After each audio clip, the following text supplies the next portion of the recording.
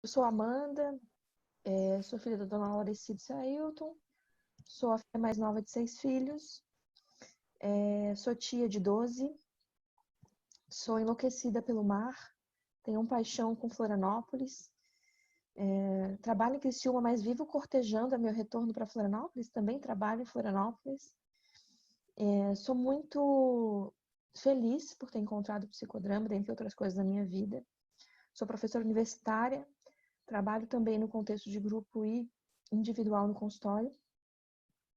Dou aula também no contexto da residência em saúde mental e preparando os residentes para atuação na atenção primária.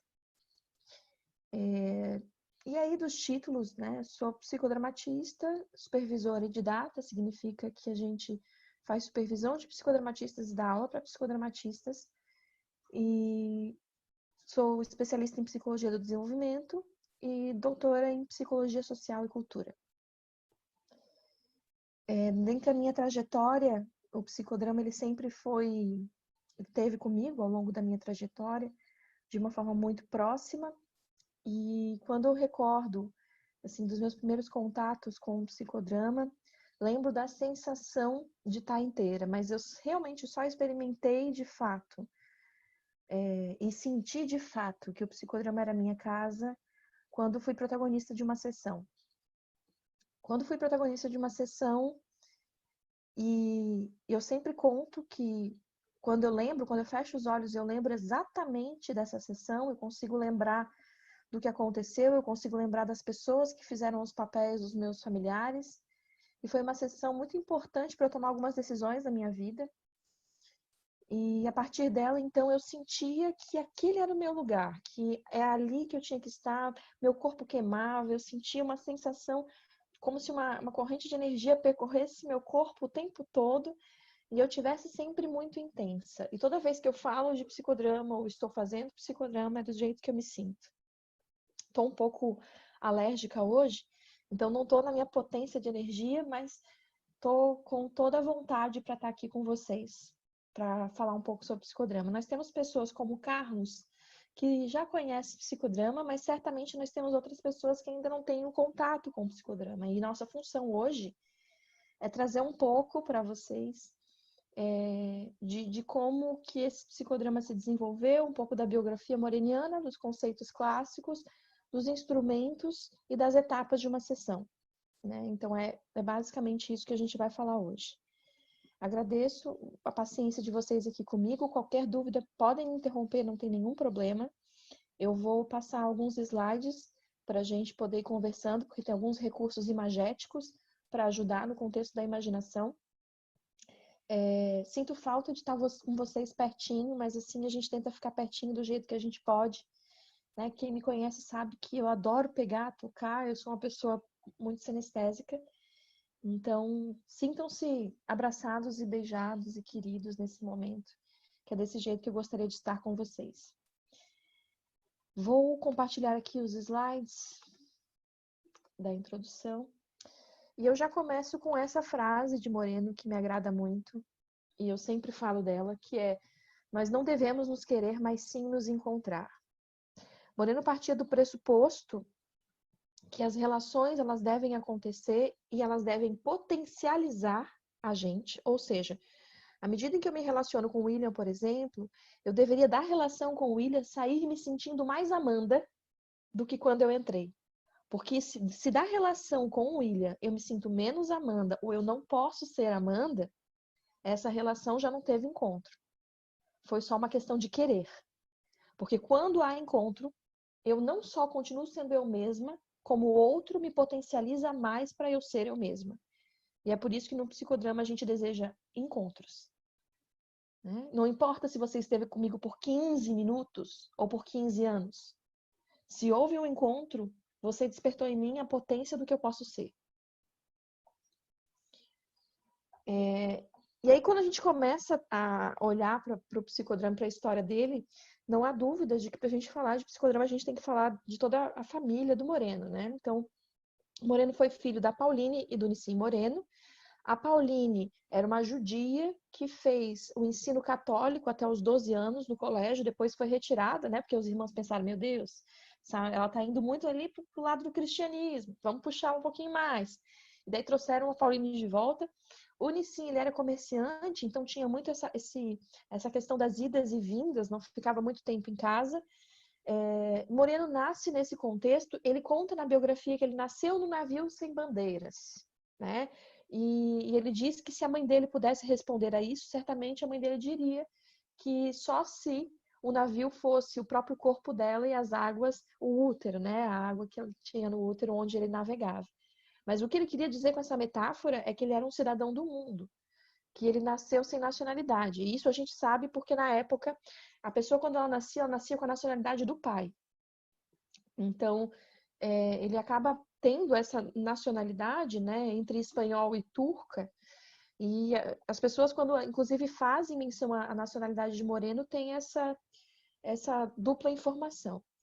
Então, ele traz muito essa ideia de ele ser cidadão do mundo e ele conta um episódio que vai ser um marcador, que é um episódio em que ele, bebê, então, tinha raquitismo, passa uma cigana e diz para a mãe dele, coloca esse bebê ao meio-dia, no sol, num monte de areia, que ele vai ser curado, né, durante 3 dias e tal. E assim a Pauline faz, Moreno é curado e a cigana então faz uma profecia que esse homem ele teria vários seguidores, né? Que esse homem seria muito especial e teria vários seguidores. Então vocês imaginem que Pauline, tendo toda uma perspectiva judaica e cristã, ela trazia toda uma ideia, né, de profeta, de ideia desses caras que iriam arrebatar multidões, e ela acaba também trazendo para o filho dela essa noção de que ele era um ser especial, de que, né, enfim, e tudo isso vai sendo permeado ao processo de educação dele, além das escrituras mesmo judaicas, no processo, né, da Cabala e dentro do cristianismo com o Novo e Velho Testamento. Então, essas são influências culturais, religiosas que permeavam o desenvolvimento de Moreno.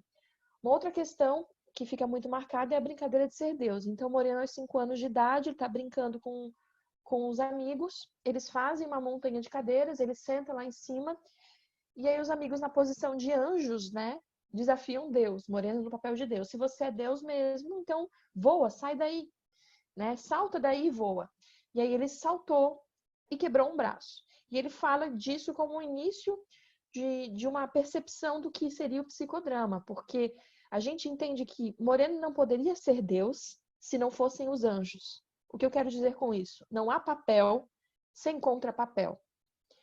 Um filho que chega para a gente no consultório dizendo que está com um problema, né, com a mãe dele, a gente vai ter que trabalhar esse vínculo. Portanto, não é só o papel de filho, mas o papel de mãe que aquele filho tem internalizado. O que é ser uma mãe, como é que é a mãe dele. Então, a partir daquele momento dessa brincadeira singela, Moreno já saca que quando a gente trabalha num lance de olhar para um papel que a gente desempenha, a gente também tem que ver os contrapapéis, porque os contrapapéis, eles suscitam na gente determinadas ações. Vocês já devem ter sentido isso. Com alguns amigos, você se sentem muito inteligentes. Com outros amigos, você se sentem super na balada, quer se divertir, é o divertido da turma. Os amigos, eles suscitam na gente, os vínculos suscitam na gente coisas diferentes, né? Porque cada relação com um contrapapel exige da gente as expectativas que a gente acredita ter para aquele papel, para o desempenho daquele papel. Que aí no psicodrama a gente vai falar de conserva cultural, que depois a gente menciona melhor. Um outro capítulo da história de Moreno que também é interessante é o momento em que ele já meio querendo se afastar do núcleo familiar, ele tem um encontro com uma estátua, né, no centro de Viena, e aí nessa estátua, que era de Jesus, ele pergunta, será que eu tenho que escolher pela minha família ou pela minha identidade com o universo? E ele sai daquele encontro com a estátua na certeza de que ele tinha que adotar a identidade dele com o universo, entendendo que o compromisso dele não era só com aquela família, mas entendendo a humanidade como uma família. E é a partir dessa perspectiva que ele funda a religião do encontro. Então, na adolescência, baseado um pouco no hasidismo, na cabala, nas ideias que ele tinha, ele junta-se com outros jovens da região e ele mantinha uma casa que era a Casa do Encontro, que vivia de doações, que recebia imigrantes, refugiados de guerra, pessoas em situação de rua, que podiam ficar naquela casa pelo tempo que fosse confortável para elas conseguirem ter uma nova vida e tomarem novas decisões.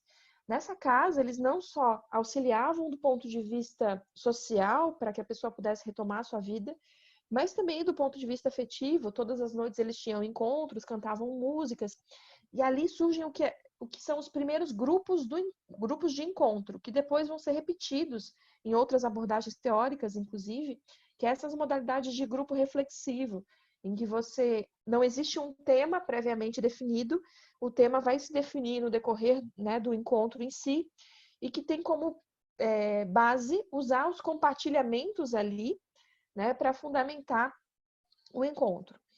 E essa religião que ele criou, que é a religião do encontro, eles não recebiam nada, né? Eles tinham que fazer o máximo de bem que eles podiam e eles não deviam aceitar nada de recompensa. Então, a casa era custeada a partir de doações. Essa religião ela tinha alguns pressupostos que alguns ainda fazem referência ao que vai ser mais tarde o psicodrama. O primeiro pressuposto dessa religião era manter o fluxo natural e espontâneo da existência. Tem um podcast muito legal do Márcio Balas, que não sei se vocês conhecem, né? Mas é um ator, palhaço, reconhecido. Trabalhou bastante tempo com improvisação. E ele traz essa ideia de que para a gente seguir o fluxo da vida, a gente também precisa entender os sims. Né? Ele diz que a cena às vezes só acontece no teatro porque um ator diz sim para o outro e daí a cena continua. E quando a gente entende o fluxo dos sims, é no sentido de compreender, por exemplo, que às vezes você está aqui em casa e você viu ali uma coisa da live que vai passar não sei o que lá, e alguém te convidou para uma live, e aceitar a experimentação dessa experiência, se colocar nessa experiência antes de negligenciá-la, né? Então, é seguir esse fluxo natural, né? Os sims que a gente tem que ter para a vida. O segundo era a bondade para todas as coisas existentes. O terceiro era a importância de estar no presente, que vai balizar a teoria do aqui e agora, que a gente vai utilizar no psicodrama. Essa ideia de que você chegou para mim aqui agora na minha sessão, você chega com todas as coisas que você está na cabeça que você veio até aqui, do ônibus, do caminho, né? E é muito importante que você esteja comigo agora, assim como eu, terapeuta, preciso estar com você agora. Eu preciso estar com você. Então, eu preciso novamente me presentificar nesse lugar. Então, a gente faz os aquecimentos, né, em sessão, para que você esteja no presente. Porque, às vezes, a gente está em todos os lugares, menos no lugar em que a gente está. E aí é muito importante para o psicodrama que a gente, de fato, esteja onde a gente esteja. O quarto ponto é compreender cada situação no seu contexto. Justamente porque, e isso é muito interessante, né, que vem um pouco da base fenomenológica existencial também, de que o psicodrama não quer que ninguém seja diferente do que ele é. O psicodrama quer que você seja aquilo que você deseja ser, no máximo de potencial do que você deseja ser, ou como você deseja estar. E aí, nesse sentido, a gente precisa contextualizar.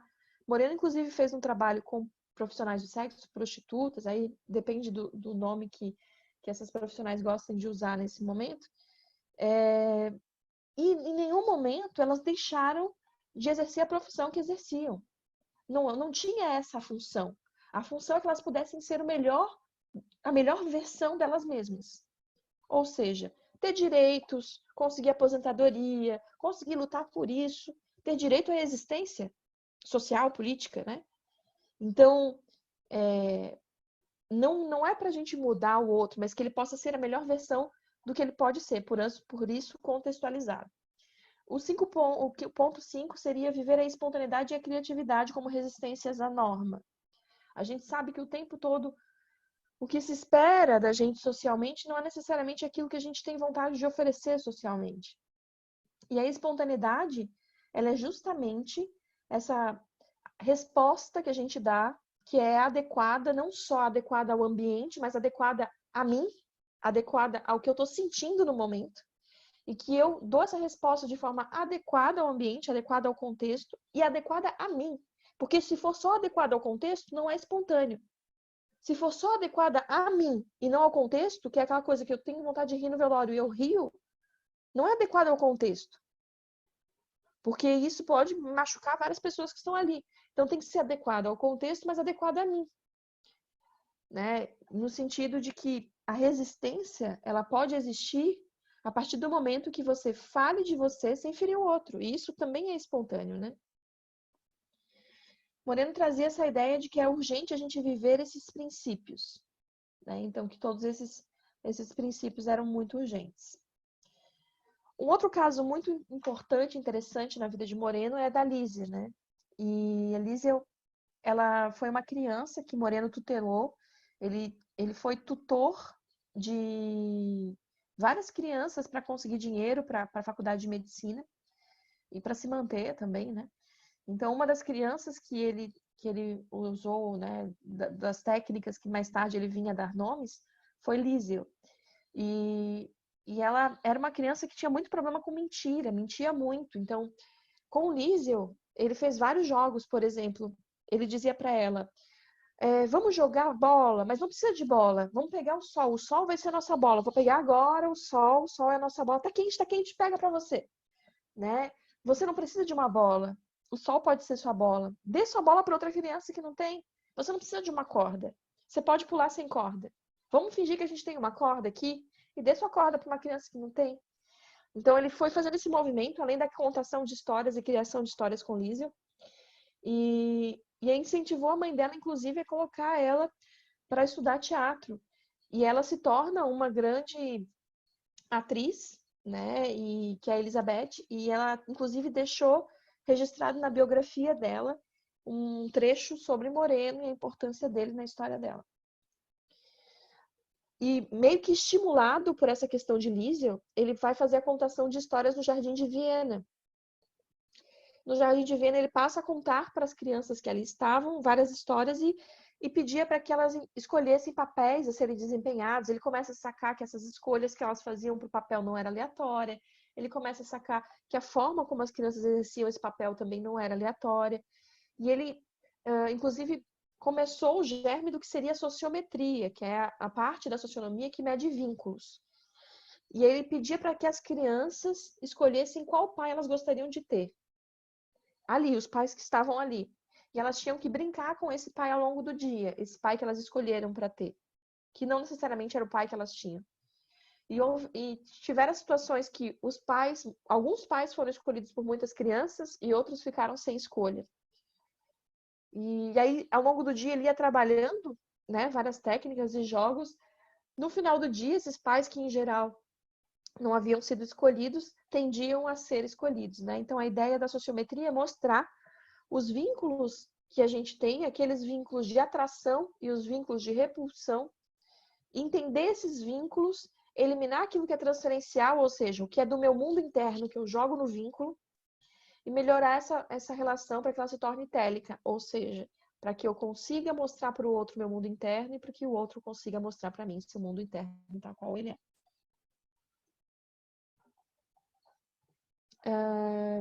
Aqui eu já falei. Esse aqui é o episódio das prostitutas que eu falava para vocês antes, né? Então, esse trabalho que eu mencionei com as prostitutas, Moreno, quando ele tá fazendo a faculdade de medicina, ele tá saindo com um colega dele, ele percebe que tem uma moça de vermelho, ele, né, até se interessa um pouco, ela é presa e ele descobre, né, que ela era prostituta e aí ele se interessa por essa população e encontra algumas delas, propõe que montem uma associação, elas montam uma associação para lutar pelos seus direitos e em determinado momento elas expulsam Moreno e seus amigos, né, que eram um médico e um jornalista junto com ele, e expulsam. E ele entende essa expulsão como um ato de espontaneidade dessas mulheres, tendo em vista que elas já tinham encontrado um lugar delas, já tinham conseguido se sentir protagonistas do seu processo e não precisavam mais, de fato, da mediação dele. Conta Moreno que ele teve um encontro com Freud, né? Então ele conta que ele teve um encontro com Freud e alguns biógrafos dizem que sim, outros dizem que não. A gente fica com a história bonitinha. Moreno diz que existem verdades psicodramáticas. O que a gente busca na sessão no psicodrama, na verdade, é a verdade psicodramática. Eu nunca vou saber se aquilo que o meu paciente está falando é a versão dele, é a versão da mãe dele, é a versão do marido dele. Não importa. O que nos importa é como ele internalizou aquela cena. E da mesma forma, essa é a cena internalizada pelo Moreno. Ele disse que ele encontrou com Freud e que disse para ele, num seminário, que o senhor vê as pessoas no ambiente artificial do seu consultório, eu vejo-as na rua, nas suas casas, no ambiente natural. O senhor analisa seus sonhos e eu procuro dar-lhes coragem para que sonhem de novo. Além disso, desse trabalho que ele teve, que eu falei, em relação à sociometria lá com os pais, uma outra possibilidade de aplicação da sociometria foi com refugiados do Tirol. Então, alguns refugiados do Tirol ficaram em uma região, em alguns galpões, trabalhando e tal. E Moreno, como estudante de medicina, foi fazer um projeto em que ele foi prestar auxílio para esses refugiados.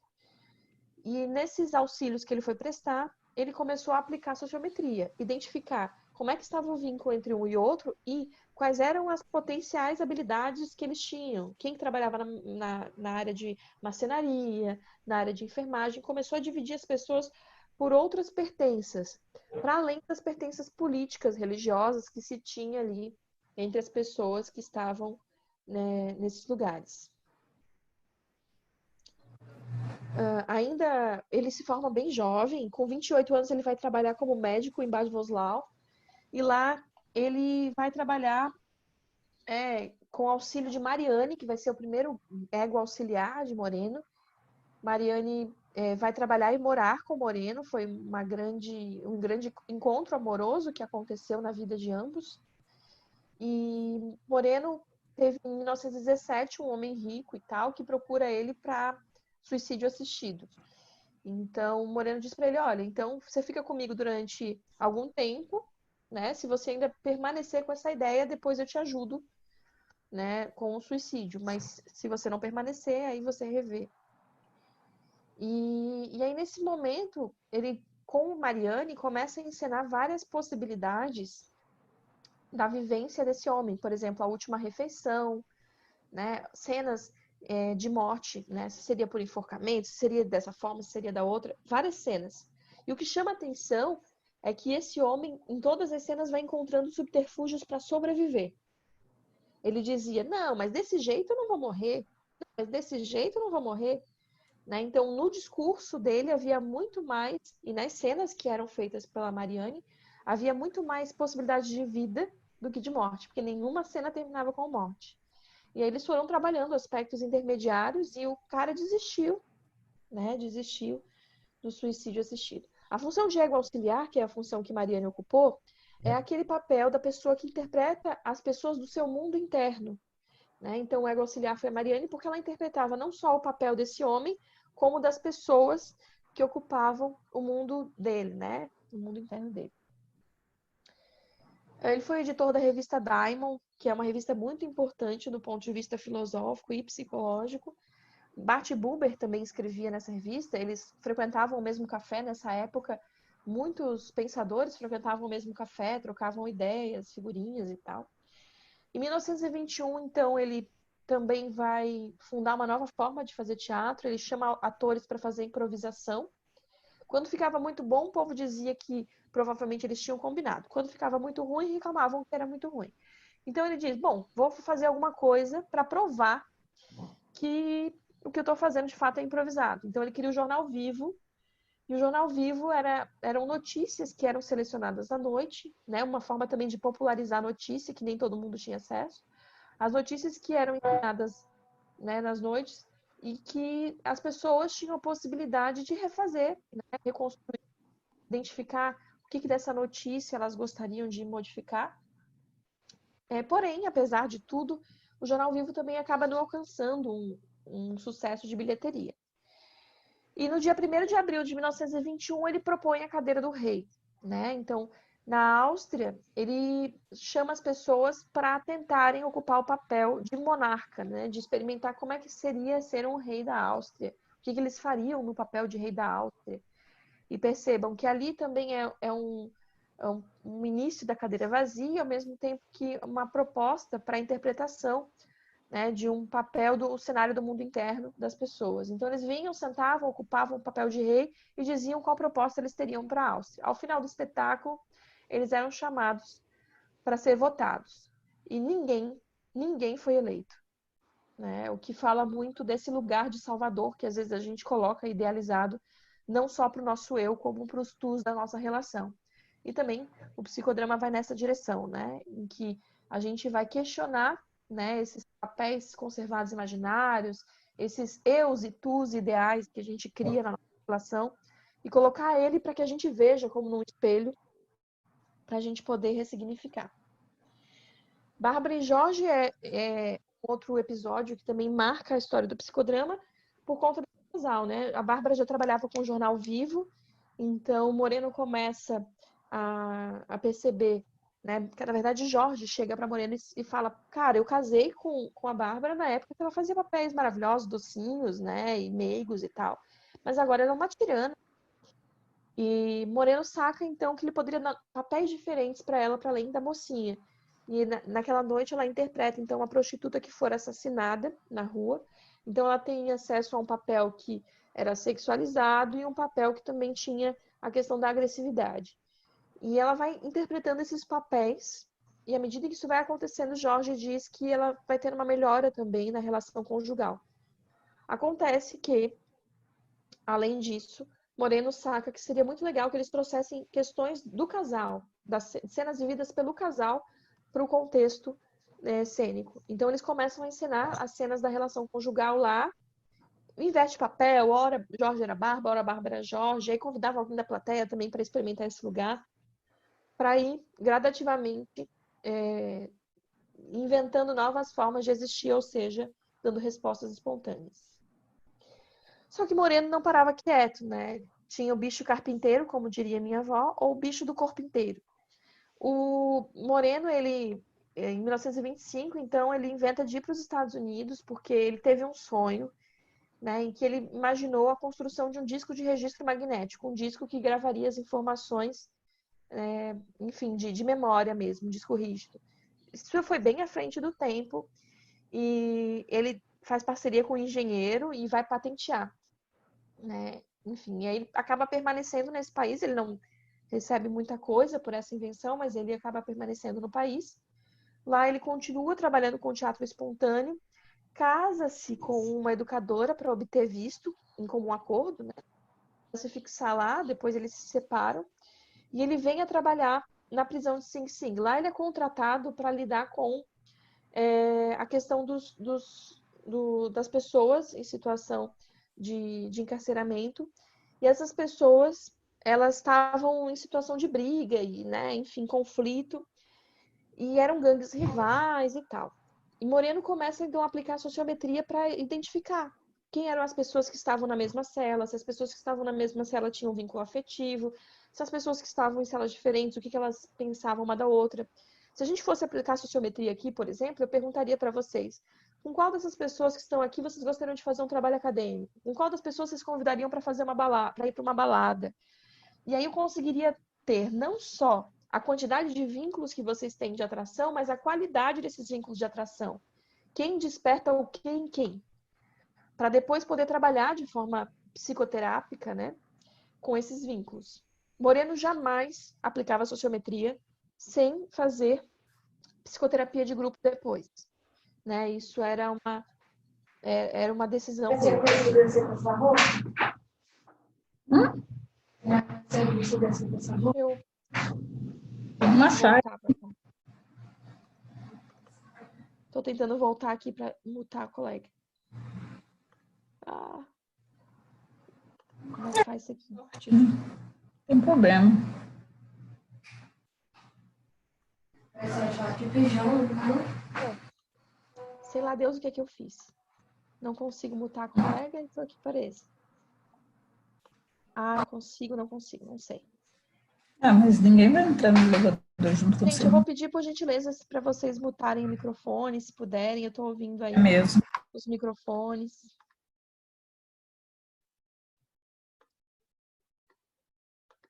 Obrigada.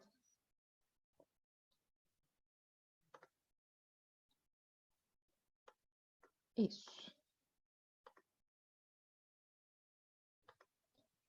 Bom, então como eu estava falando, essa questão do Moreno, quando ele vai para os Estados Unidos, ele começa a trabalhar muito como sociometrista, né? Só que ele se negava a trabalhar como sociometrista se não tivesse a possibilidade de intervenção psicoterápica em seguida. Então, da mesma forma, o presidente Roosevelt depois contrata Moreno para trabalhar no assentamento. Então, algumas famílias iriam ser encaminhadas para um assentamento, e aí essas famílias, elas necessariamente precisavam desse diagnóstico, né, grupal, para que pudesse ser feita a dimensionar, na verdade, onde ficaria cada família e tal.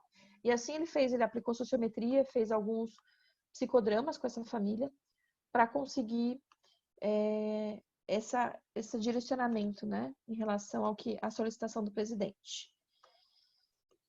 Vou voltar para cá agora.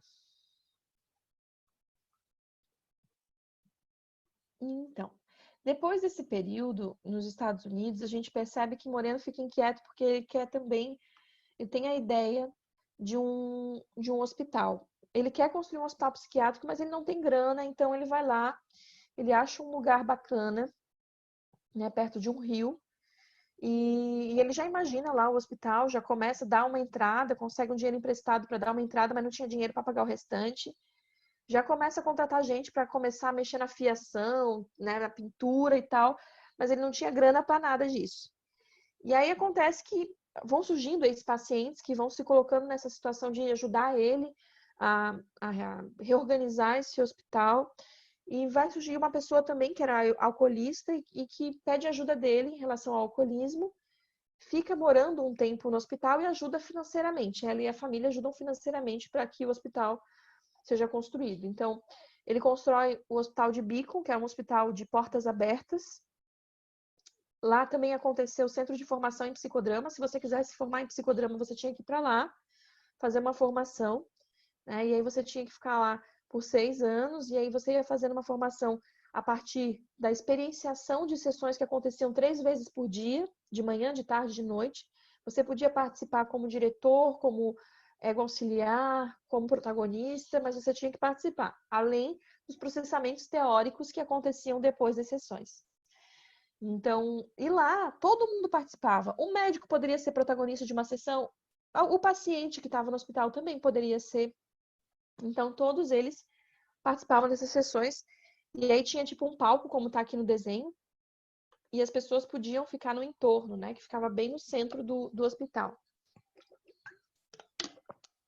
Nessa época, ele casa-se com Florence, nasce Regina. Eles ficam pouco tempo juntos, ainda quando Regina é pequena, eles se separam. E o nascimento da Regina foi muito importante, porque a Regina foi criada no contexto do Hospital de Beacon. Então, ela cresceu muito psique-hábitos também a partir de Regina, porque ela experimentou muitas coisas, assim como depois o outro filho dele, que vai ser o Jonathan, dentro do hospital. Eles cresceram dentro do hospital. Ele vai ser um grande precursor das comunidades terapêuticas, né? E ele só vai se preocupar em patentear isso lá na década de 40. Então, passa-se muito tempo e Moreno acaba não patenteando esses métodos, mas ele foi um dos precursores dessa noção de hospital aberto para pacientes com sofrimento psíquico.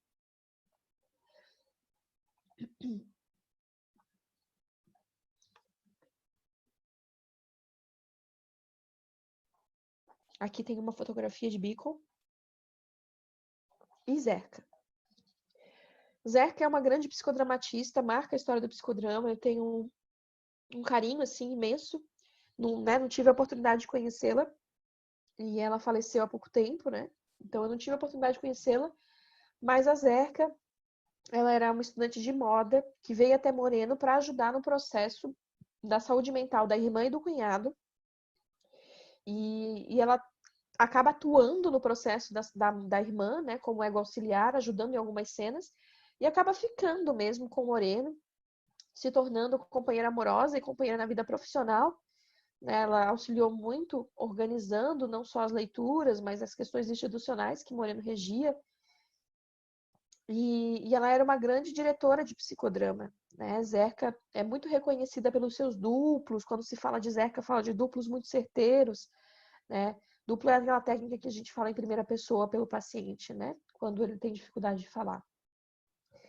E a Iazerca era muito conhecida por isso. Conta-se que Moreno fazia entrevistas, né, com o protagonista, e às vezes depois vinha a Zerca e só fazia duplos, e duplos muito certeiros, né? Porque ela tinha uma tele muito grande com os protagonistas. Moreno era acusado de megalomania, de achar-se Deus, e ele dizia que o único meio de vencer a síndrome de Deus era exteriorizando ela inteiramente. Ou seja, não tem como eu vencer a síndrome de Deus se eu não me mostrar como eu acho que sou. E é muito interessante quando os biógrafos trazem que ele amava as crianças mais do que os adultos, os doentes mais do que os sãos e os artistas mais que os cientistas.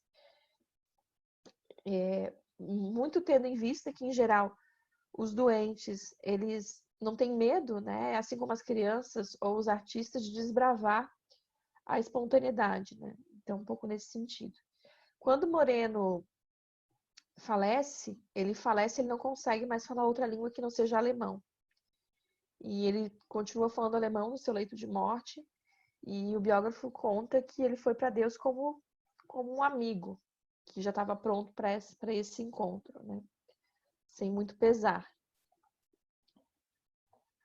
Esse é o cara bonitão, né, que é o Moreno, a gente estava vendo ele. Aqui ele não está no seu auge, né, estético, mas conta-se que ele era extremamente carismático. O psicodrama ele vai usar alguns pontos base, né, para a gente poder, como seriam linhas de estudo, que seria o conceito de espontaneidade e criatividade, a teoria dos papéis e a questão da psicoterapia de grupo, né, como ponto básico. Através da ação dramática a gente consegue acessar cenas internas e acessar questões que muitas vezes a gente não recorda apenas na oralidade. A cena ela desperta as emoções que a gente estava vivenciando naquela cena passada, né? Enquanto a gente vive ela no contexto dramático no consultório.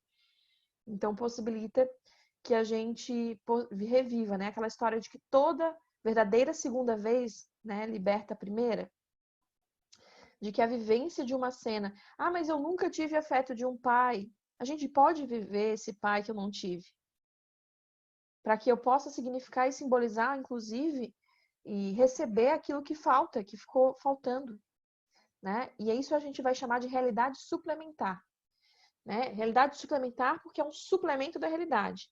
Ela preenche lacunas e auxilia, né, naquilo que falta ou naquilo que precisa.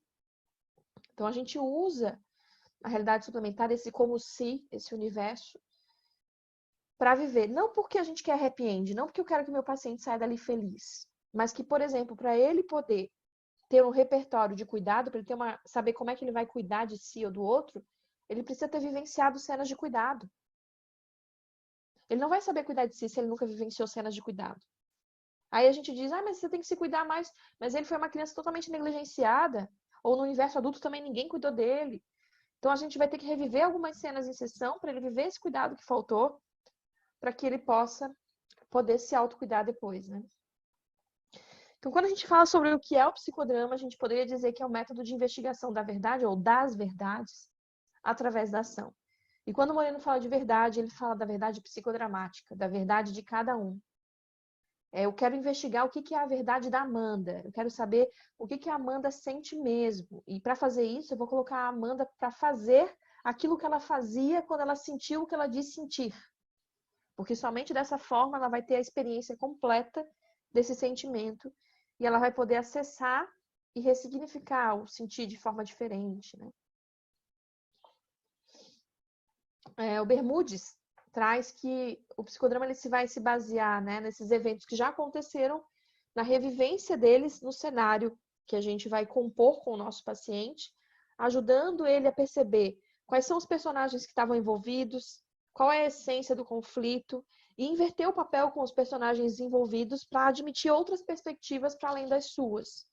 Então, o psicodrama também ajuda muito na comunicação, na relação interpessoal, porque diminui a quantidade de transferência relacional que tem a partir da inversão de papéis. E o psicodrama, na real, ele é um pedacinho da sociatria. Porque o Moreno que ele criou foi a socionomia. Né? A socionomia é essa ciência que investiga as relações, como elas acontecem, quais são as dinâmicas, como é que são os vínculos. E a socionomia, ela abrange essas 3 perspectivas, né? Que é a sociometria, que é a medição dos vínculos, como eu falei para vocês, se a gente fosse aplicar aqui com a gente, por exemplo, só que o Moreno fazia um gráfico, né? Então, depois que ele aplicava a sociometria, você respondia um questionário, por exemplo, e depois ele mapeava e fazia um mapa mostrando como é que estavam as relações. Hoje, aqui, a gente costuma fazer mapeamento sociométrico, que poderia acontecer se eu perguntasse: quem daqui já é psicodramatista? Quem não é? Isso é mapeamento sociométrico. A gente está medindo, e eu poderia dizer quem é casado, quem é solteiro. Vocês iam se identificar por critérios de pertença. Isso poderia favorecer, por exemplo, para que novos vínculos acontecessem. A sociodinâmica, que diz respeito a essa questão de como os vínculos se estabelecem no grupo, como é que o grupo processa, como é que o grupo entende, como é que o grupo sente. E a sociatria, que diz respeito ao tratamento desses vínculos, né? O tratamento das relações. Então, aqui eu trago só os conceitos que eu já falei. Para o psicodrama, quando a gente trata o sujeito, a gente não trata ele isolado. É impossível tratar ele isolado. Então, mesmo quando a gente está num consultório, a gente tem o nosso paciente na nossa frente, mas a gente também tem a mãe que ele internalizou, o pai que ele internalizou, os irmãos que ele internalizou, a namorada, o chefe, toda essa gama de gente que ele internalizou. Por isso que alguns autores, inclusive, dizem que não existe psicodrama que não seja de grupo, porque de alguma forma a gente está sempre em grupo. Porque a gente é carregado, né, por essa placenta social, a família, mas por todos os membros do átomo social, todas as pessoas que compõem as nossas relações, os grupos aos quais a gente frequenta. Então, por isso é que a gente vai olhar sempre não só para os personagens, mas para o que aquele personagem desperta em mim, o que eu sinto diante da minha mãe. E inverter papel para entender também o que eu acredito que a minha mãe sente por mim. Né? O que ela sentiu quando ela falou aquela coisa, o que eu senti. Que isso é muito importante, inclusive, como a gente estava falando, para eliminação de transferências. Por isso, a teoria moreniana dialógica, nunca o eu poderá encontrar-se por meio de si mesmo. Só poderá se encontrar através de um tu. Partindo para os conceitos clássicos do psicodrama, os conceitos básicos, a gente tem aí o conceito de espontaneidade e criatividade, como eu já tinha anunciado lá no começo. A espontaneidade é essa capacidade de responder de forma nova a situações antigas, que seja coerente com um contexto e comigo. Para Moreno, a gente nasce criativo e espontâneo, né? Então, a gente já nasce, não existe essa coisa do trauma, como algumas abordagens têm, de que o nascimento seria o primeiro trauma. Não, para o psicodrama é o primeiro ato espontâneo. Cada um tem um grau de espontaneidade, ela vai variando, e cada um em algum momento do dia. Eu posso acordar com ela nível 9, de manhã estar com ela no nível 6, porque ela precisa ser estimulada, ela precisa ser treinada para existir. Né? A pessoa não acorda da cama e diz, tô espontânea, assim, né? Porque à medida que a gente vai vivendo, a gente vai sendo carregado de conservas, e uma delas, inclusive, é que é horrível acordar cedo, isso é uma conserva. Isso não é uma predisposição biológica. Falando do pressuposto da psicologia evolucionista. Não é biológico. Isso pode ser do teu campo, né? Falando do ponto de vista da tua história, né? Não filogenética, mas ontogenética, da tua história contigo. Mas jamais com a história da humanidade, acordar cedo. Acordar cedo faz parte da história da humanidade, mas a gente acha que é ruim. Então, e a gente, de alguma forma, o nosso corpo, né, biologicamente, vai se adaptando a essa conserva. E aí, nesse sentido, a criatividade vai ser o que eu vou fazer com esse catalisador que é a espontaneidade. Se a espontaneidade é esse catalisador que me joga para ação, quando eu faço ação e modifico algo da minha realidade, eu estou sendo criativo. Então, a espontaneidade me joga para ação e quando eu ajo, eu estou sendo criativo. A espontaneidade, ela tem esse paradoxo, né? Quanto mais a gente busca por segurança, quanto mais a gente busca por controle, menos espontâneos e criativos nós somos. Porque a busca por segurança e controle é a busca por um conjunto de aprendizagens anteriores que responda por mim o que eu não estou conseguindo responder agora. E aí muitas pessoas durante a pandemia se viram doentes justamente porque buscaram nas conservas de segurança e controle formas de obter segurança e controle e não encontraram. E aí, como eu disse na live hoje, repito, como diz Moreno no Quem Sobreviverá, vai sobreviver aquele que foi criativo e espontâneo. E aí, quando eu citei a Zerca, não deu tempo de eu explicar, a Zerca diz assim que precisam de pequenas doses de espontaneidade diária. Se você sempre acorda de um lado da cama, acorda do outro. Se você sempre escova os dentes de uma determinada forma, escova do outro. Se você não fala com o carteiro, fala com ele. Se você tem o hábito de chegar de manhã e tomar o café sempre da mesma forma, muda a forma como você faz seu café. Porque a espontaneidade, ela parte de pequenas ações. Não é à toa que para o nosso paciente, a gente faz coisas bem pequenas de aquecimento, como, por exemplo, alongar o corpo. Porque o ato de alongar o corpo, quando meu paciente começa a alongar o corpo como um aquecimento para se predispor para uma ação, ele está dizendo para mim que ele concorda com esse meu contrato, que é o contrato da ação, de estar junto comigo, e ao mesmo tempo, ele está fazendo uma coisa que costumeiramente ele não faz, que é acordar esse corpo, é sentir esse corpo. Porque na maior parte das vezes os nossos pacientes chegam alienados do próprio corpo. Então, por isso que a gente costuma dizer que essa questão, né, de que já há esse paradoxo, né, da espontaneidade. Eu vou só parar para compartilhar para ver se vocês têm alguma dúvida. Não, tô vendo aqui. Obrigada aí pelos elogios. Só parei para ver se precisava esclarecer alguma coisinha aqui.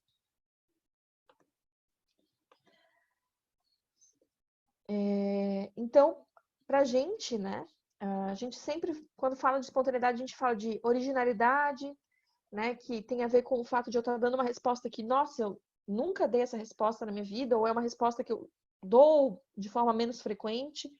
Qualidade dramática, que é o quanto que essa resposta é viva. Não sei se vocês já sentiram isso. Sabe aquele momento que você tem uma ideia que é tão maravilhosa, mas tão maravilhosa, que você fica até impressionado consigo, você fica até mais feliz porque você foi capaz de ter aquela ideia? Isso é uma qualidade dramática, né? E aí, quando a gente fala de drama, é de ação. Isso é uma qualidade de ação. Quanto mais a ideia me predispõe à ação, maior a qualidade dramática dela. Né? E quanto maior a adequação da resposta também.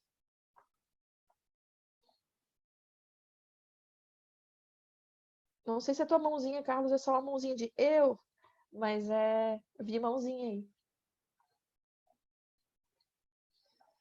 Além desses conceitos que eu estava mencionando, tem o conceito da conserva cultural, né? E aí eu sempre cito Dona Luciana, do sobrenome que eu não consigo mencionar, que a Lu, que é uma professora aqui da Viver também, Morskov, sei lá como é que é o sobrenome da Lu, é maravilhoso, mas eu não tenho habilidade para falar. A Lu, ela costuma dizer que a gente tem que agradecer a conserva cultural, não é uma vilã, porque é graças à conserva cultural que a gente tem semáforos, que a gente sabe quando a gente tem que atravessar, que a gente sabe quando a gente tem que parar. É graças à conserva cultural. E a conserva cultural é justamente tudo que um dia já foi uma resposta espontânea, tudo que um dia já funcionou, mas que virou aprendizagens já, que já são instauradas, que viram crenças, valores, já estão aqui fundamentadas. O problema da conserva não é a existência dela. O problema da conserva é quando eu deixo de criar para só usar o que já está conservado. Para só usar aprendizagens anteriores. Aí, para o psicodrama, a gente está num problema, porque você está dando apenas respostas conservadas. Mas tudo é uma conserva. Esse quadro que está aqui atrás, ele é uma conserva, porque ele está impregnado, em forma material, de elementos da cultura que vão ficar aqui, rígido, fixo, e representam um dado momento histórico. No meu caso, o Senhor dos Anéis. Um dado momento histórico. É a história do Senhor dos Anéis que está ali. Voltando para cá. E o fator tele, né? Quando a gente fala da tele, a tele, para Moreno, tele e encontro estão, né, numa mesma conceituação. Outros autores separam.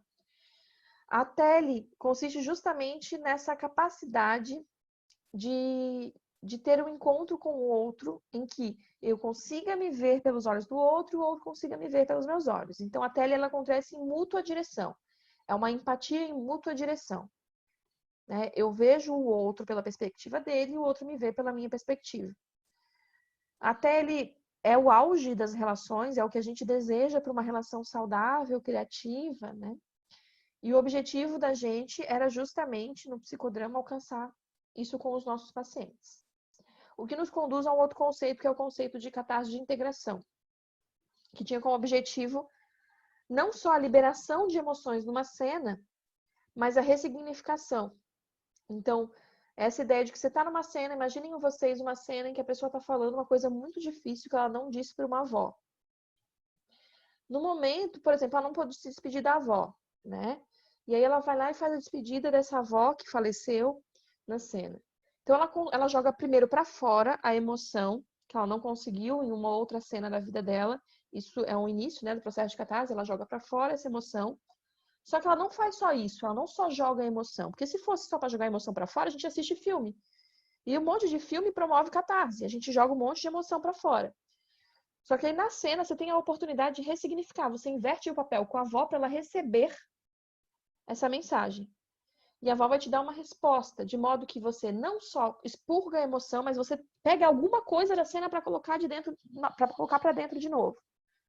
Então você expurga na cena, bota a emoção para fora, mas você também responde na cena para ressignificar o que você pensava e sentia sobre aquilo.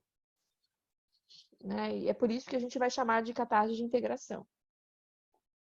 O conceito de realidade suplementar eu já falei, mas eu super recomendo o livro Realidade Suplementar e Arte de Curar, da Zerka Moreno, em que ela fala muito dessa potência do como se, de viver aquilo que o paciente não conseguiu viver, de falar o que ele não conseguiu falar, né? De conseguir viver nesse contexto aquilo que pode acontecer, não podia ter acontecido, mas agora pode acontecer.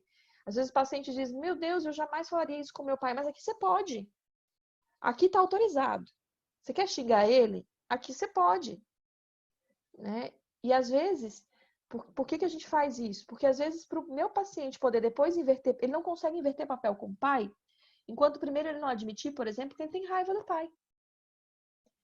Porque essa raiva vai impedir que ele se coloque no papel do pai e consiga ter tele com a situação do pai.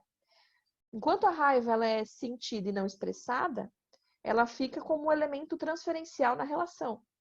Aí, quando ele fala dessa raiva do pai, mesmo que só pra gente no consultório, e aí depois a gente faz uma inversão, ele consegue dar uma outra resposta pro pai, porque enquanto essa raiva bloqueava, não vinha nenhuma resposta, porque ele ficava só na raiva. Então, por isso que é importante também a expressão desse algo que não aconteceu, mas que pode vir a acontecer no contexto do como se. São instrumentos para o psicodrama, né? O cenário, então aqui, por exemplo, eu posso, aqui no meu cenário, né? O meu cenário não é necessariamente o plano físico, ele pode ser físico, mas ele também pode ser simbólico. Eu posso dizer que essa porta compõe meu cenário, mas eu posso, de repente, para minha pacientinha, que é criança, dizer assim, tá, você tá me falando, onde é que fica esse parquinho? Ah, fica para lá. Então me aponta onde é que fica o escorregador. O escorregador fica aqui. Então, a partir de agora, isso aqui é um escorregador que compõe o cenário. Né? E a descrição do cenário e a caracterização do cenário, ele é um dos elementos de aquecimento cênico. A gente caracteriza o cenário para o paciente ficar aquecido, para ele se sentir na cena, presentificar-se na cena e poder dar uma resposta na cena que seja correspondente a ela. Então, onde é que fica o quarto? Onde é que fica a porta? Onde é que fica... Você não quer fazer isso em pé? Tem objeto. Então tá. Aqui eu vou pegar alguns objetos e mostro como é que fica aqui na mesa. Onde é que fica a tua casa? Ai, prof, eu tô atendendo uma sala pequenininha, como os estagiários meus atendem, né? Pega os objetos e faz na mesa. Porque isso também faz com que ele olhe ali e veja a cena, só que de forma espelhada, né? O protagonista será o nosso paciente, aquele que agoniza, né? O nosso cliente. Né? O protagonista, que vem nesse sentido daquele que agoniza, é a pessoa que traz o conflito e representa um conflito que não é só dela, mas é um conflito em algum grau social também, representa do grupo, quando é psicodrama de grupo. Quando é no individual, o protagonista sempre vai ser o nosso paciente que chega até nós. Quando ele é grupal, ele é a pessoa que emerge do grupo para representar não só o conflito dele individual, mas que o grupo escolhe porque o grupo sente que o conflito dele representa o meu também.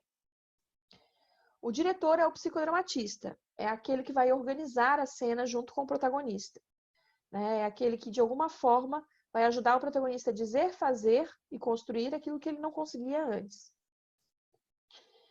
Os egos auxiliares são as pessoas que assumem os papéis da vida desse paciente. Às vezes, o próprio diretor faz função de ego auxiliar quando a gente está no contexto individual, bipessoal. Estou no consultório, eu faço o papel da mãe do meu paciente, né? Há pouquíssimos psicodramatistas que atendem em dupla, mas há, né?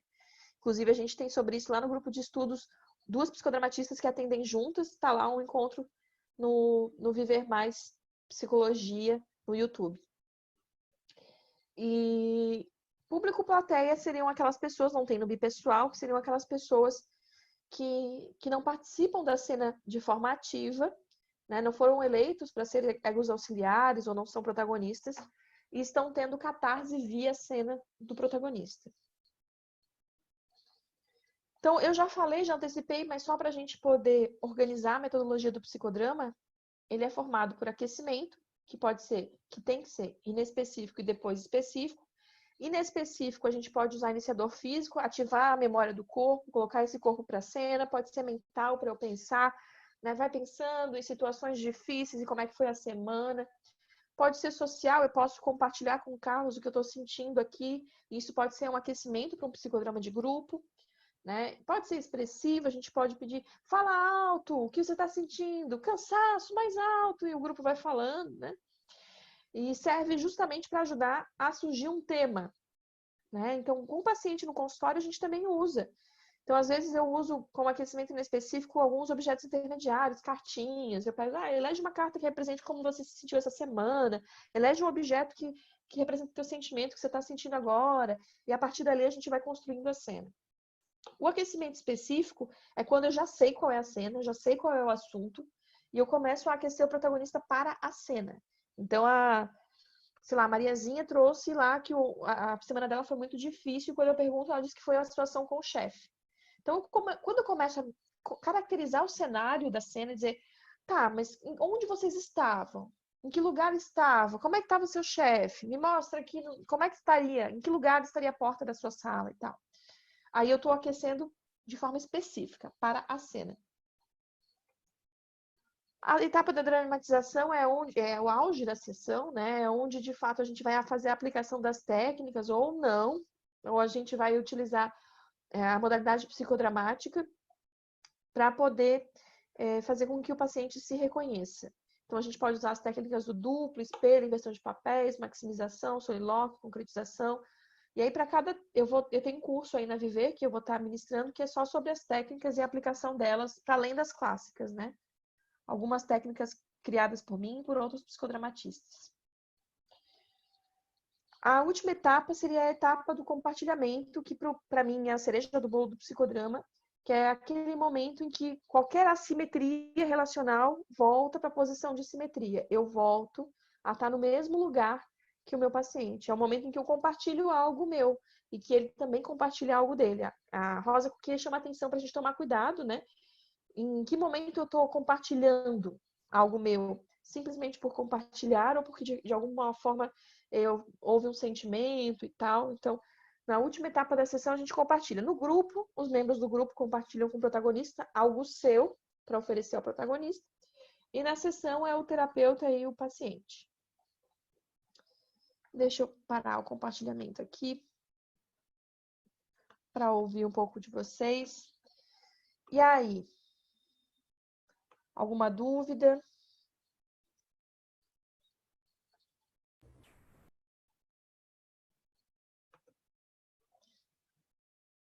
Só ouvindo vocês aqui.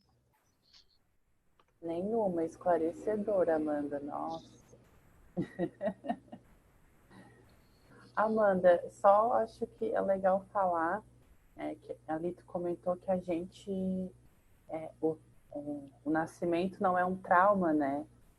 Acho que, por que pro psicodrama não é visto como um trauma?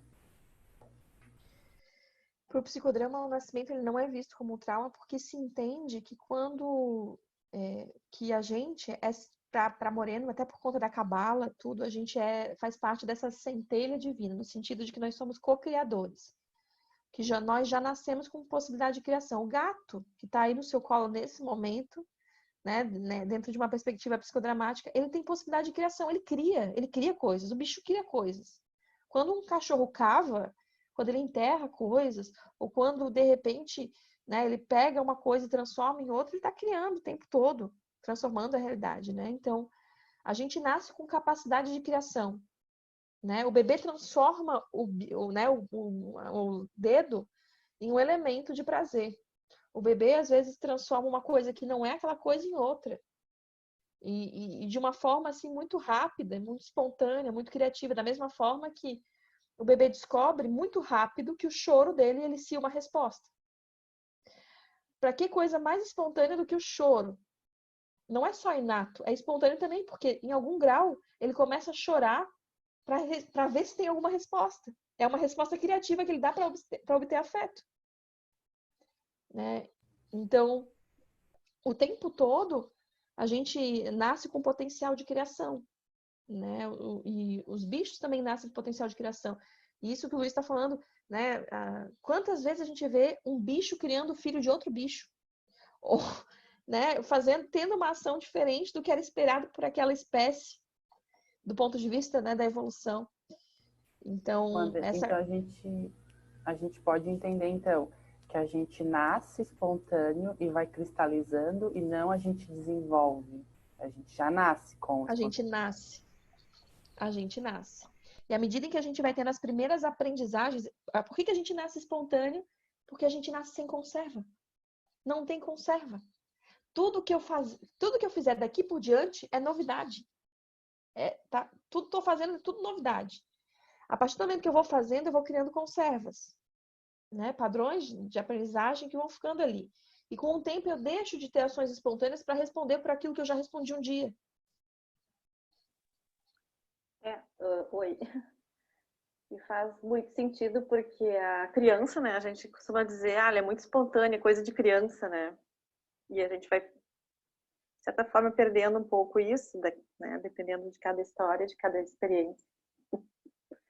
Faz bastante sentido mesmo. Muito bom. Muito bom. Tô tirando aqui as fotinhas nossas. Então fiquem bem bonitos, que eu tô tirando umas fotinhas nossas. Avise. A gente sorri. Sim, e aí até é muito interessante que isso que a gente está falando aqui, também a gente pode abordar lá no curso de técnicas. Eu até botei a data aqui para vocês. Vai ser no dia 4/9, 11/9, 18/9, técnicas do psicodrama e suas aplicações, que aí eu vou falar para além daquelas técnicas clássicas, né, as técnicas que outros psicodramatistas criaram, eu também uso, que, né, a gente vai reinventando. No final das contas, a gente não sabe mais se é conserva de alguém, se é criação nossa, mas a gente vai criando. E aí eu vi que a Vivi ligou a câmerazinha e quer falar aqui com o povo, Vivi.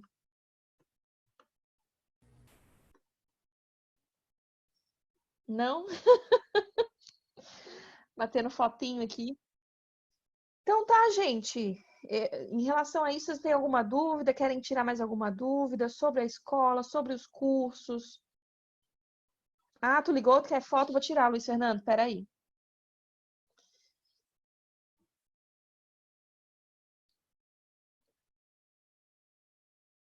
Tirei, todos nós aqui. Foi muito bom estar passando essa tarde com vocês. Ah, da Cabala, Carla. Então, a Cabala parte do pressuposto que existe algumas palavras, né, e alguns números que têm uma força específica e que parte de algumas escrituras mais antigas, né? Então, eles utilizam desse contexto, né, dessas escrituras e tal, mas dentre os pressupostos da Cabala, um deles diz respeito ao fato de que a vivência da cocriação ela não se dá necessariamente em templos, que você é cocriativo e você é responsável pela criação e por continuar a criação mesmo fora desse contexto de templos, né? Então, é um pouco nesse sentido.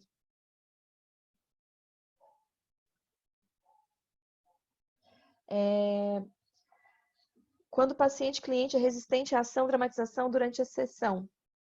Então, Chayara, eu percebo que a gente não vai necessariamente, né? O paciente ele vai sendo ensinado, né? Como diz a Rosa Coquet, a ser paciente de psicodrama. Com o tempo, ele vai entendendo como é que funciona uma sessão. Ele vai entendendo que aquilo é aquecimento e tal. E eu explico mesmo, eu explico para o paciente. Eu digo, ó, a gente vai fazer um aquecimento, é para acordar o teu corpo, é para você poder estar mais disposto para as atividades que a gente vai fazer. Então, nos primeiros momentos eu explico para ele, inclusive se eu vou fazer um duplo, eu digo, ó, vou fazer algo aqui no momento, vou fazer algo no espelho. Depois eu não explico mais. Expliquei a primeira vez, depois eu não explico mais.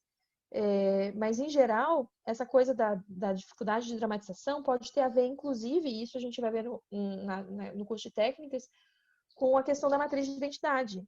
Então, tem paciente que não consegue inverter papel num determinado momento da existência dele. Porque ele não está conseguindo responder naquele papel daquele mundo internalizado dele, não está conseguindo nem ter acesso àquele papel internalizado por ele. Então, às vezes a gente vai precisar levar ele de novo para reconhecer quem ele é, para depois ele entrar em contato com os personagens do mundo interno dele. Então, às vezes, a gente volta um pouquinho e usa técnicas de reconhecimento do eu. O espelho, o duplo, até ele estar pronto para a dramatização. Todo paciente dramatiza. Todo. Entendendo que dramatização é uma cena que pode ser vivida em pé, montando a cena aqui, pode ser vivida sentadinho aqui, enquanto a gente está trocando, pode ser vivida no Ficou contexto mudo o interno, seu microfone. Não tô ouvindo. no psicodrama interno. Vocês estão me ouvindo? Agora sim. Mas antes vocês estavam me ouvindo? A última frase, não. Tudo, Amanda. Pode Deu para ouvir tudo. Tá. Já voltou. Então, essa questão da dramatização, ela pode ser vivida inclusive no mundo interno, então eu posso fazer um psicodrama interno e o paciente vai.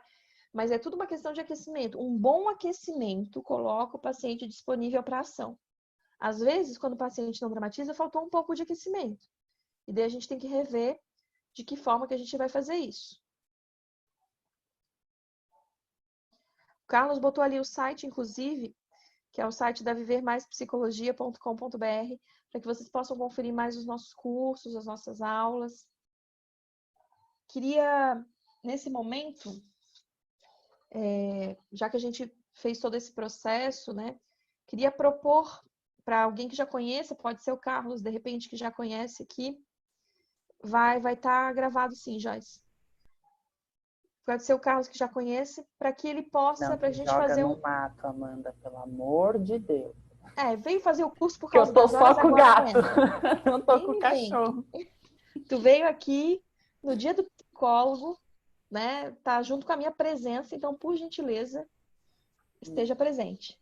Ótimo. E eu vou te pedir nesse momento para a gente fazer um roleplay rapidinho, assim, de como seria a aplicação de um psicodrama online, por exemplo, né? De uma primeira sessão, como a gente poderia fazer.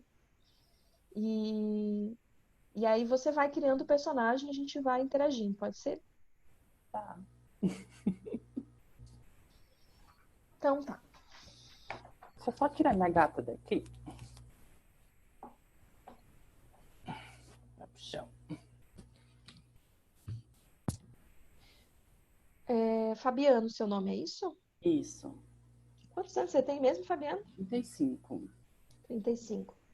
Você estava me falando um pouco da sua situação relacional, você estava me falando do seu relacionamento. O que você estava me dizendo do seu relacionamento?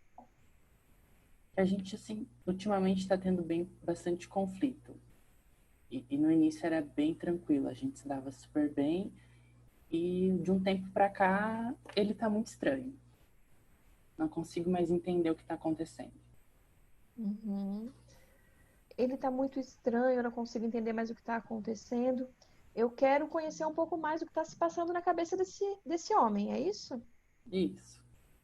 Tá. Para eu poder conhecer um pouquinho mais, eu queria que você fechasse os olhos nesse momento e começasse a imaginar o João.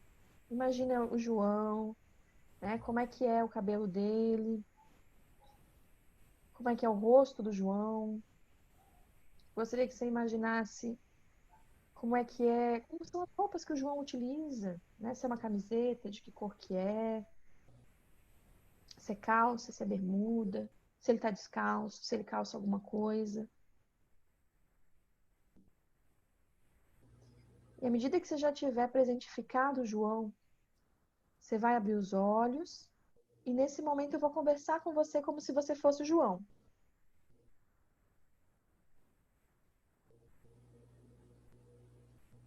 Agora você é o João, tá? João, tá difícil aí o relacionamento com o Carlos? Ele me contou alguma coisa aí que me falou que o meio de campo tá meio complicado. Tipo, a gente se dava melhor antes. E agora ele diz que eu tô estranho, mas quem tá estranho é ele, sabe? Não sei o Quem que tá que anda, estranho é ele. não sei o que que anda acontecendo, assim, mas eu chego em casa, às vezes ele tá já bravo, irritado, não sei o que que acontece, daí eu não sei se eu chego perto, se eu não chego. Eu preciso saber o que o Carlos está sentindo. Eu preciso saber por que ele está irritado. Eu não consigo me aproximar dele. O Carlos precisa me contar isso, né? Ele precisa me falar. Eu não tenho como adivinhar se o Carlos está irritado, se ele não está. Ele precisa me contar isso, né? É isso que você está pedindo? É, Entendi. Bom, aqui rapidamente a gente utilizou, né, uma entrevista no papel e eu usei duplos. Eu usei duplos, e o duplo nesse sentido foi só para clarificar algo que ele mesmo já disse, porque o duplo também pode ser um duplo que repita a palavra do que o protagonista disse, porque às vezes o nosso protagonista fala e não se escuta. Ele não se escuta. Ele falou muito rápido e ficou no meio do discurso. Então, às vezes a gente também precisa repetir o que ele acabou de dizer para ele ouvir. Aqui nesse contexto, como eu estou olhando para a relação, e eu preciso olhar porque está estranho, diz ele, né? E no papel do companheiro, do namorado, sei lá, marido, ele diz que o que está estranho é o outro é que está estranho. Exatamente, o Luiz Fernando fala e não se escuta. E aí, o outro está estranho, eu preciso entender que estranheza é essa. Quando ele começa a me dizer que ele tem raiva, que ele sai, parará, parará, e que eu não sei como agir, é como se a outra pessoa estivesse pedindo, né? Por favor, me ensina como agir com você. Me explica. E a próxima etapa da sessão seria voltar para o papel do Fabiano, para o Fabiano explicar. Dizer, olha, explica para ele como é que ele tem que agir com você, porque ele não sabe, ele está confuso. Porque muitas vezes na nossa relação a coisa é muito mais simples do que parece. A gente quer que o outro adivinhe o que a gente está pensando. E a limpeza da transferência do campo relacional é só a gente mostrar para o sujeito o que ele está pensando, o que ele está querendo da relação e auxiliar ele a verbalizar isso.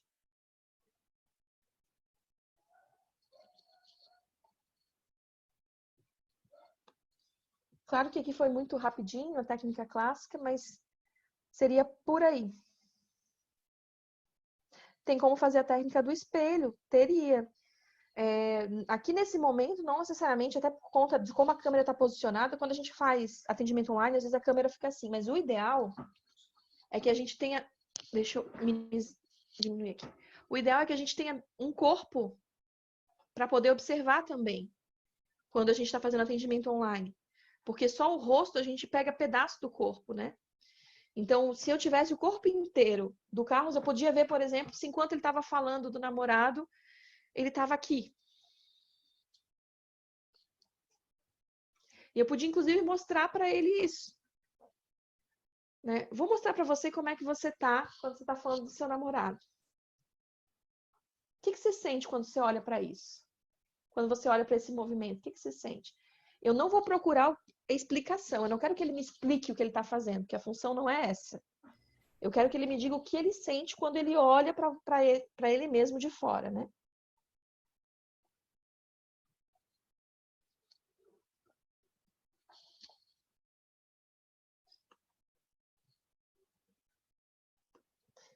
E aí, gente, mais alguma dúvida, alguma sugestão?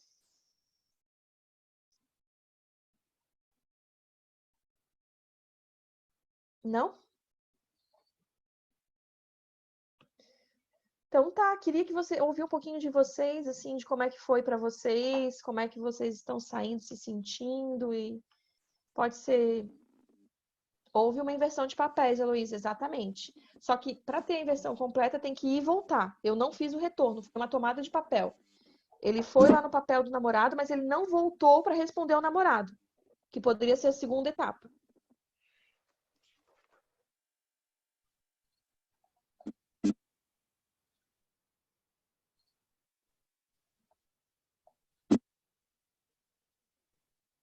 É isso. Vou passar o link do canal do novo grupo de estudos, tu diz, Luiz? Amanda, posso te fazer uma pergunta? Pode. Quando o paciente ele não consegue expressar, claro que a gente tem que fazer o papel aí do duplo, né? Tentando expressar aquilo que ele não consegue pôr para fora. Mas quando ele não sabe dizer, não tem uma queixa, digamos assim, sabe? Como que a gente consegue tirar isso dele? Sei bem do que você está falando. Tem o paciente que tem a vida perfeita, né? Inclusive, eu estava escrevendo um artigo sobre isso. Que tinha uma paciente que parecia que ela chegava para contar para mim o quanto ela era feliz. Ela chegava para dizer, não, porque tá tudo bem, porque lá em casa, não sei o quê. E aí, é claro que às vezes a gente precisa fazer uma interpolação de resistência, né? Que era justamente o que eu fazia. Ah, que bom, né? Na sua casa tá tudo bem, seu namorado tá tudo bem com você, assim.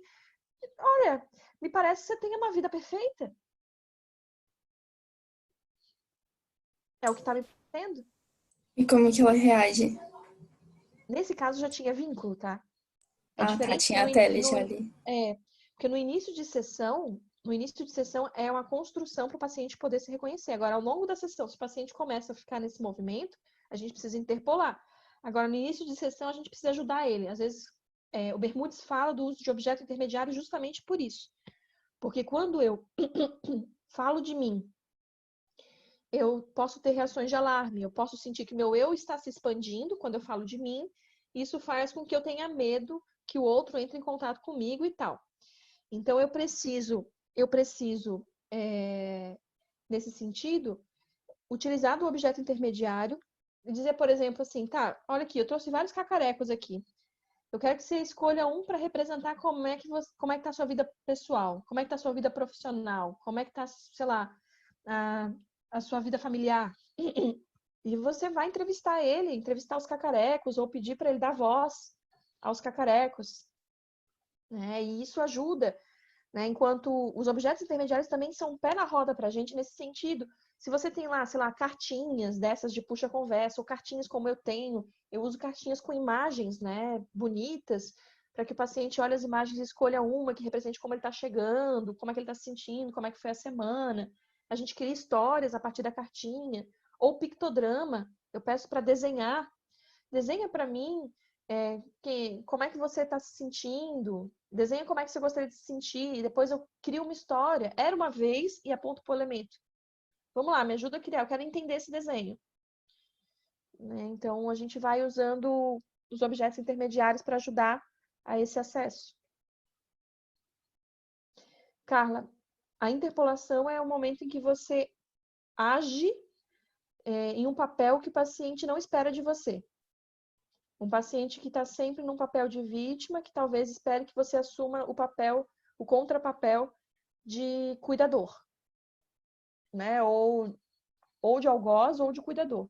E é você não entrar nesse contrapapel esperado pelo paciente, você agir de uma forma que obrigue ele a dar uma nova resposta. Se eu estou falando que é perfeito, perfeito, perfeito, perfeito, à medida em que o psicólogo diz, que perfeita a sua vida, eu vou dizer, pera lá, não é tão perfeita assim. Então, eu vou começar a responder de forma diferente do habitual. Mas é aquela história. As técnicas eu vou explicar melhor lá no curso de técnicas mesmo, que aí a gente vai ver mais um montante delas.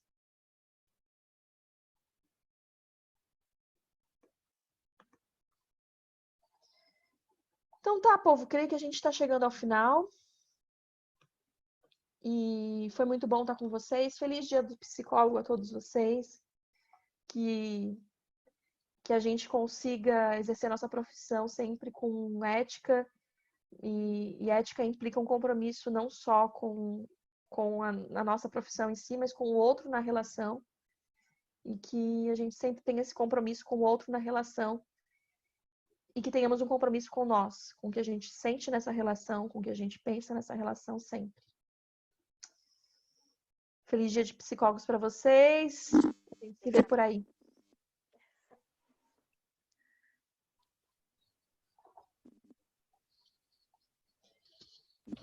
Beijos, povo. Beijo, Amanda. Obrigada. Tchau, tchau.